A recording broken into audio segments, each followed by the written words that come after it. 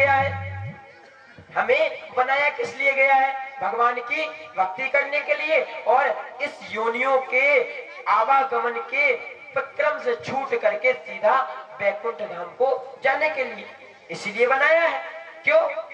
क्योंकि मनुष्य ही मोक्ष द्वार की सीढ़ियां है, इसे सीढ़ी कहते हैं। मोक्ष द्वार की सीढ़ी है मनुष्य योनि, लेकिन इस पे बहुत काई लगी हुई है। काई मतलब समझते हैं सब?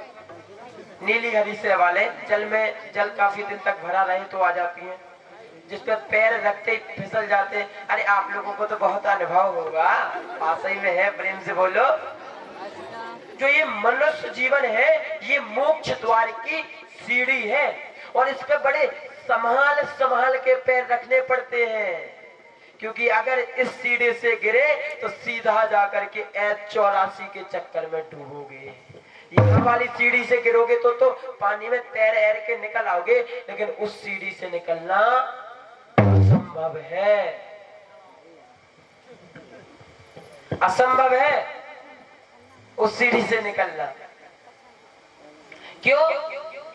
क्योंकि गोस्वामी जी तुलसीदास पहले ही लिख दिए हैं, बड़ी भाग्य मानुष तन पाव, बड़ी भाग्य मानुष तन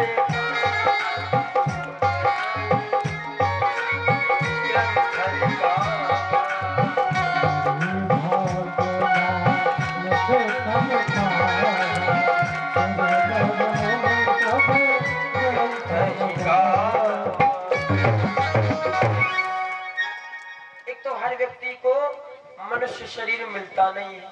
पता नहीं आपने कितने अच्छे कर्म किए होंगे तो आपको मनुष्य जन्म मिला, और फिर उसमें भी अच्छे कर्म किए होंगे तो लड़वारी खास गांव में जन्म मिला। पूछो ऐसा क्यों कह रहा हूं मैं?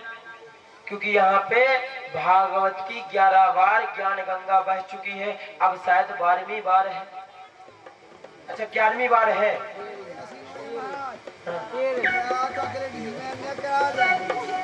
जातिवाद नहीं, प्रेम से बोलो। अब वो मैं तो यहाँ की सुनाऊं कि इस प्रांगण में। हाँ ठीक है ठीक है, भगवान ऐसे ही करे कि रोज होते रहे। हमें का है, हमें तो करीबी से दक्षिणा मिल चाहे जब करा लो। प्रेम से बोलो राधे राधे। सो इस शरीर का सदुपयोग करो, क्योंकि उपद्रव में लगोगे तो जाहिर सी बात है कि आपको 84 के चक्कर काटने पड़ेंगे। और इस संसार का सबसे बड़ा कष्ट यदि कुछ है तो वो है माँ के गर्भ में से जन्म लेना और जन्म लेकर के बाहर आना। उल्टे लटके रहते हैं गर्भ में, माँ के गर्भ में लोग। अगर माँ ने थोड़ा सा तीखा खा लिया तो पूरे शरीर में कीड़े काटते हैं, पूरे शरीर में कीड़े काटते। और माताओं ने पता है एक नया रिवाज बना लिया है भैया, माताओं ने एक रिवाज बना लिया है। खुद ने खाया तीखा या मीठा और उस बालक को गर्भस्थ शिशु को परेशानी हुई, उसने पैर मारे, भाई आदमी कष्ट होगा तो फड़फड़ाएगा, फड़फड़ाएगा ना चाचा। तो माताएं बोलने लगी है कि हमारे लाला ने लात मार दी, बड़ा होने लग गया है। अरे भैया ऐसा ना है, उसको कष्ट हो रहा है, उस कष्ट को समझो। यही कष्ट आपको हुआ था, ऐसे पड़े रहते, एक तरफ मल, एक तरफ मूत्र, एक तरफ नाक, हजारों प्रकार की गंदगियां, उससे भी हजारों प्रकार के कीड़े। मनुष्य शरीर जितना गंदा शरीर किसी और व्यक्ति का है ही नहीं। इस खाल को हटा दो बस, ये जो आवरण है जिस पे लोग कहते हैं हम सुंदर हम सुंदर हम सुंदर, इस खाल को हटा दो। इसके नीचे केवल और केवल मांस, मज्जा, मल, मूत्र। हमारे शरीर में कितने द्वार हैं? किसी को पता है कितने द्वार हैं? अब आदमी कह रहा है हमारे शरीर में द्वार हैं, हमें तो आज तक नहीं दिखी। प्रेम से बोलो हमारे शरीर में कितने द्वार हैं? हमारे शरीर में कितने द्वार हैं? कितने? 9 द्वार हैं। 9। पूछो कैसे? 2 नेत्र कितने हो गए? अरे गिनती आती है भैया कि ना है? आती है। दो हो गए नेत्र, कितने? दो हो गए कान, कितने? दो हो गई नासिका, कितने? एक हो गया मुख, कितने? एक मल द्वार और एक मूत्र द्वार, कितने हो गए? सारे द्वारों में से केवल और केवल गंदगी बाहर आती है। लोग सोचते हैं हम सुंदर, हम सुंदर, हम सुंदर। एक दिन ब्रश नहीं करोगे तो अपनी सुंदरता की वो आपको जानकारी हो जाएगी कि आप कितने सुंदर हैं। आसपास लोग बैठेंगे नहीं किया, या तो बसा रहे हो। हाँ, हंसने वाली बात नहीं है, सोचने वाली बात है। सोच के देखो अपने आप को। लोग कहते हैं हम सुंदर, I am beautiful, I am beautiful. संसार में मेरे नाथ के अलावा कोई सुंदर है ही नहीं। इस संसार में केवल एकमात्र सुंदर व्यक्ति है, वो है मेरा कृष्ण, और कोई सुंदर नहीं है।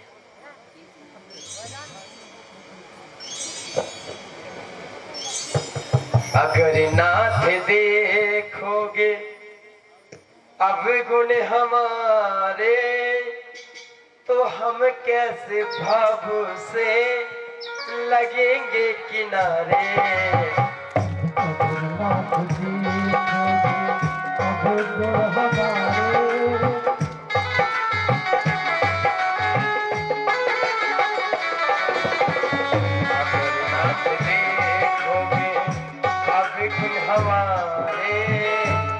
हम कैसे भाव से लगेंगे किनारे।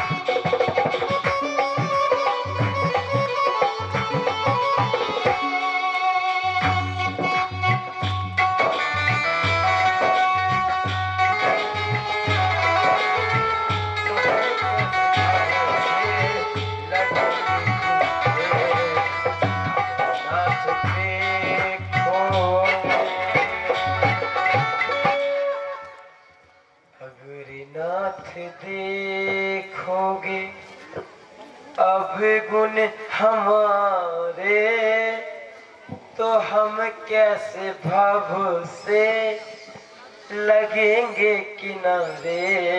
अगर नाथ हमारे अवगुणों को नाथ नहीं देखते हैं, इसलिए ज्यादा अपने आप को सुंदर उंदर न बनाओ। कौन कितना सुंदर है सबको पता है। प्रेम से बोलो। हालांकि यहाँ के तो सब लोग सुंदर हैं, ये तो पिछली कथा के श्रोताओं के लिए थी। प्रेम से बोलो। सोनक जी बोले इस कलयुग में समस्त मनुष्य असुर हो गए हैं। कैसे हो गए हैं? असुर। हमारी बात असुर पे चल रही थी, बीच में कथा आ जाती है तो बोलनी ही पड़ती है। प्रेम से बोलो। और इन असुरों की क्या प्रक्रिया है, जीवन कैसा चलता है, ये हमें आज तक समझ नहीं आया। इस कलयुग में कोई भी ऐसा मनुष्य नहीं है जो दुखी ना हो। बताओ, है कोई ऐसा? कोई व्यक्ति है जो दुखी ना हो? बोलो ना, बोलो ना। ऐसा कोई व्यक्ति है जो दुखी ना हो? हाँ? और ऊपर से इंद्रियों को पुष्ट करने में लग जाते हैं तो दुख और बढ़ जाता है। इंद्रियों को पुष्ट करने में लग जाते हैं तो दुख और ही बढ़ जाता है। हाँ? शिशुनोदरा विद्यते जीवांश्च सुरतांगता क्लेशा क्रांतस् तस्यैव। इसके अलावा भी अब कलयुग के मनुष्यों को और दिक्कतें हैं। कौन सी? बोले इनके घर में, इन लोगों में सदैव क्लेश उत्पन्न होता रहता है। क्लेशाक्रांतस्य तस्यैव शोधिनीं किं परायणे। क्लेशाक्रांतस्य तस्यैव, क्लेशों से घिर चुके हैं ये। हर व्यक्ति किसी न किसी क्लेश में है और इनके क्लेश के प्रमुख कारण केवल दो हैं। एक, भगवान को असमय स्मरण करना। दूसरा, दुख में सुमिरन सब करे, सुख में करे न कोई। और जो सुख में सुमिरन करे, दुख काहे होए कबीरा, दुख काहे होए।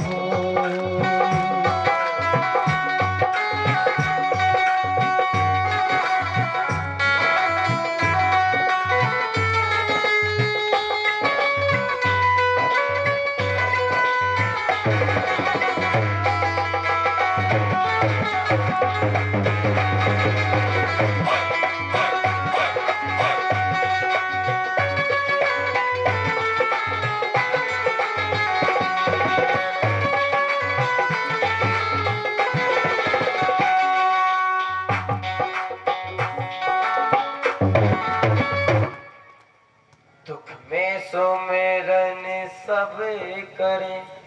अच्छा, ऐसी बात समझ में नहीं होगी, बुंदेलखंडी में सुन लो। दुख में सुमिरन सब करत, और सुख में करत न कोई। और जो सुख में सुमिरन करत, सो बाखों दुख ना होए। भगवान को दुख में तो सब याद करते हैं। हे बब्बा महाराज, हमारे पाँव पिरा रहा है, जे मिट जाए तो नारियल फोड़ दे। अब पाँव मिट गए ना, तो काय को नारियल हो, काय के बब्बा महाराज, प्रेम से बोलो।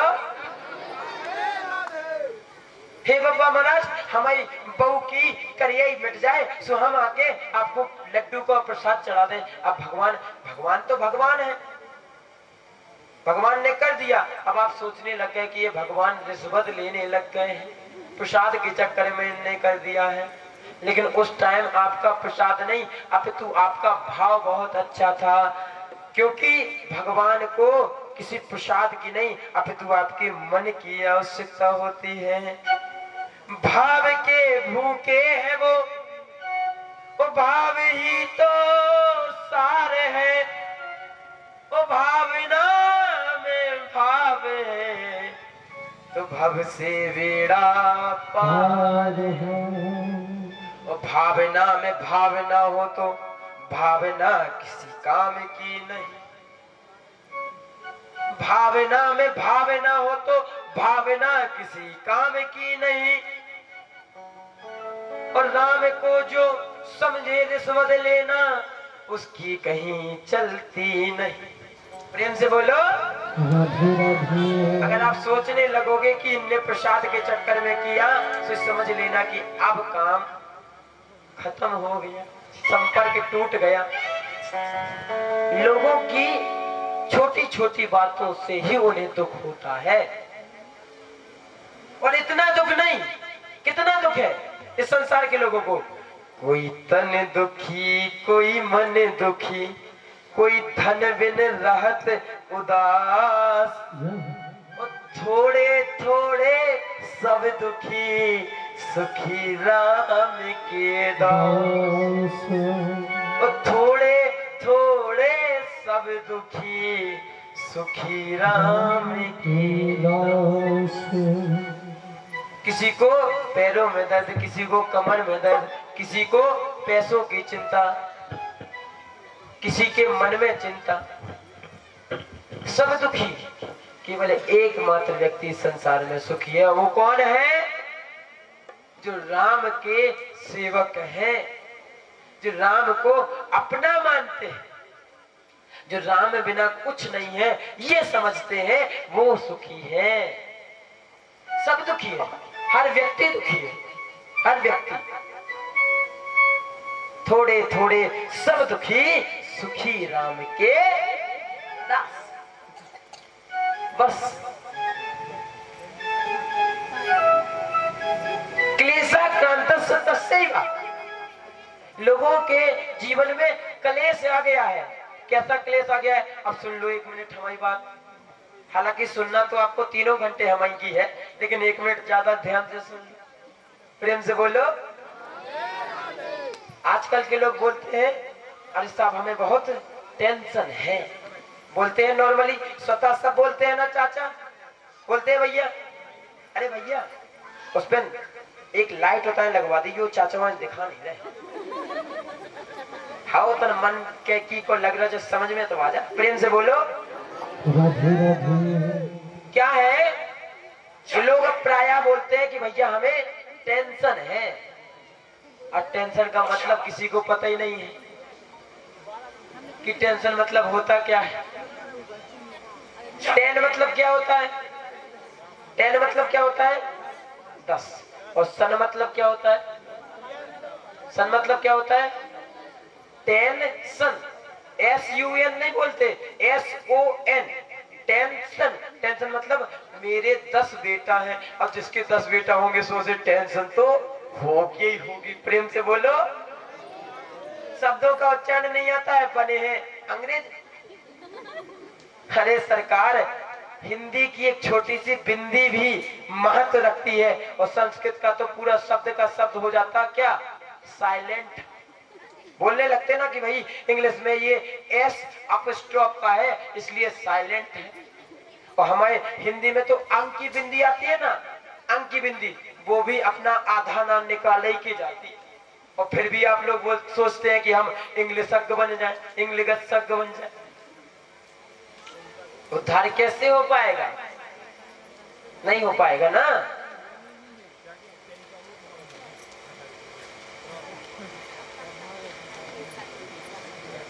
अब लोगों ने विचार किया कि इनके ऋषियों ने, महापुरुषों ने विचार किया कि इनके कष्टों को दूर कैसे किया जाए। तब सूत जी महाराज कहते हैं अरे कोई बात नहीं अम्मा, अगर लस्सी के बाहर बैठी फिर भी आप भागवत सुन लो, आप अंदर आने की कोशिश ना करो, जगह ना है आगे, वहां से भी सुन लो, हम आप ही को देखें सबसे ज्यादा, क्योंकि आप सबसे आगे बैठी ना। प्रेम से बोलो। तो बुरा ना माना करो कोई, है ना, अच्छा नहीं लगता। सूत जी महाराज बोले सावधानतया सुनो, सावधानतया सुनो, ध्यान पूर्वक सुनो। क्यों? क्योंकि अब हम और आप सड़क पे जाते, सुनो सब लोगों ने सड़क यात्रा की है, सड़क पे जाते हैं ना सब, अरे बोलो ना। तो उस सड़क पे लिखा हुआ होता है बोर्डों पे, सावधानी हटी सो दुर्घटना घटी। और ये तो भागवत जी है, यहाँ पे सावधानी हटेगी तो कितनी बड़ी दुर्घटना घट जाएगी, सोच लो। प्रेम से बोलो। इसलिए सावधानतया सुनो। बोले जो प्रश्न आपने किया है वो आज मैं आपको बतलाता हूँ। जो चीज देवताओं को दुर्लभ है, देवानाम अपि दुर्लभम, देवताओं को दुर्लभ है, वह कथा, वह पुराण में आपको आज बतलाता हूँ। स्वर्गे च सत्ये च कैलासे वैकुंठ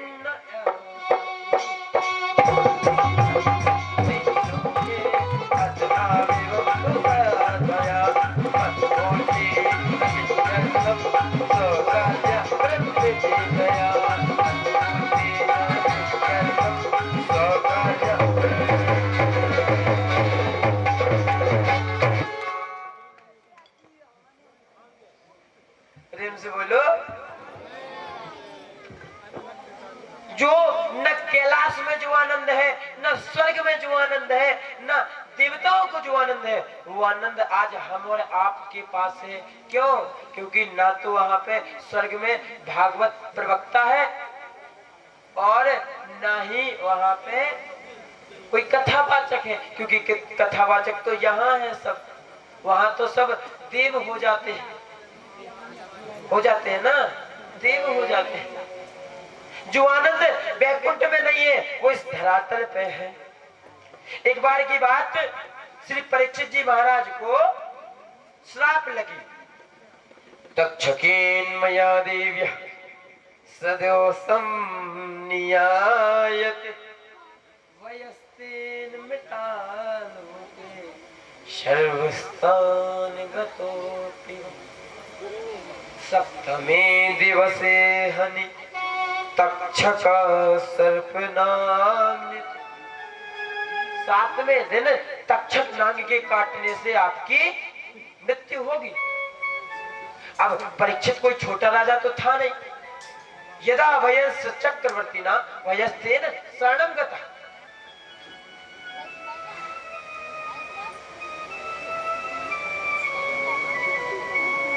चक्रवर्तियों के चक्रवर्ती थे सम्राट। और चक्रवर्ती कौन होता है पता है? जिस राजा का इस संसार से उसके राज्य का सूर्य डूबे नहीं। अर्थात जैसे अभी यहाँ पे रात्रि है तो अमेरिका में दिन होगा ना, तो संपूर्ण भारतवर्ष, संपूर्ण पृथ्वी पे जिसका राज्य हो वो होता है चक्रवर्ती। और उस चक्रवर्ती को श्राप लगा है कि आपको 7वें दिन तक्षक काटने से मृत्यु होगी। अब कारण इसका क्या था वो हमें कल की कथा में पता चलेगा। जब महाभारत की सूक्ष्म कथा आएगी उसमें हमें पता चलेगा। अब हुआ ये कि राजा परीक्षित को लगी श्राप, तो समस्त देव, सुर, गंधर्व, ऋषिगण बैठे और विचार करने लगे कि राजन आपकी इस श्राप से आपको मुक्ति कैसे दिलाई जाए, इस श्राप से आपको मुक्ति कैसे दिलाई जाए। बीच में से एक छोटे से बालक चले आ रहे हैं जिन्हें सुसुखम मृतानीतस यदस्ते गणोमिता शल्वस्तेन मया राजा संस्थोनामितो विभव। नाम है सुखदेव जी महाराज। उम्र है बहुत छोटी, अपितु जितने बड़े बड़े बैरागी ऋषि मुनि थे देख करके खड़े हो गए। ज्ञानियों को देख करके खड़े होना भारत की परंपरा है। अब परंपरा की बात आ गई है तो अब थोड़ा सा सुन ही लो। भारत की परंपराओं को आज के लोगों ने इस प्रकार बदला है जैसे कि किसी कपड़े को धुल करके निचोड़ के उसमें से पानी निकाल दिया जाता है। पूछो क्यों? पहले लोग पैर छुआ करते थे तो कैसे छुआ करते थे? शुक्रम नत्वा बदन सर्वे। कैसे? अपने संपूर्ण बदन को झुका करके मस्तक को चरणों में रखा करते थे। लेकिन आजकल के लड़के पैर कैसे छूते हैं? अगर मन किया तो घुटने छू लिए, वरना जांघों तक तो छुला ही जाएंगे। प्रेम से बोलो, आशीर्वाद दे दो। ऐसे छूते हैं ना आप लोग पैर। लेकिन ये भारतीय परंपरा है ही नहीं, ये सनातनी परंपरा है ही नहीं। सनातन की तो एकमात्र परिभाषा थी शुक्रम नत्वा बदन सर्वे। कई जगह आया है भागवत में, शुक्रम नत्वा बदन सर्वे, अपने सशरीर लेट जाना चाहिए। अब इसका कारण जान लो। हम कोई भी घड़ा पानी का लेके आते हैं, घड़ा तो कहाँ पे लाते हैं? घड़ा कहाँ पे लेके आते हैं माता? अरे बताओ ना माता, कहाँ पे लाते हैं? सर पे। अब जब आप पाप का घड़ा भरेंगे तो वो कहाँ भरेगा? सर पे। अब उस घड़े को छोड़ देंगे तो माताओं के पास तो अच्छा खासा बैलेंस होता है कि वो घड़ा किलोमीटरों चला जाता है। मैंने देखा है कहीं कहीं। प्रेम से बोलो। फिर अगर उसको हाथ छोड़ दें और अपने सर को दूसरों के नतमस्तक होकर के झुका दे तो वो घड़ा गिर के फूट जाएगा। और गिर के फूट जाएगा तो पाप कम हो जाएंगे। पाप कम हो जाएंगे तो जीवन के कष्ट कम हो जाएंगे। इसलिए लोग पैर छुआ करते थे। इसलिए नहीं कि उन्होंने कहा जांघों पे 2 चांटे मारे और लेकर के ऐसे छू दिए, हो गया पैर छूना। प्रेम से बोलो। इससे अच्छा तो पाखंड ही ना करो पैर छुए को। प्रेम से बोलो। अरे बोलो ना मैया। ये हो गया है। परीक्षित जी को बीच सभा में सुखदेव जी आते हुए देखे तो प्रणाम किया, एक आसन दिया और बताया, सर्वतेन मयामितम देवस्तेन ते मया कुंजस्व मया देव यदस्तेन विदो मया।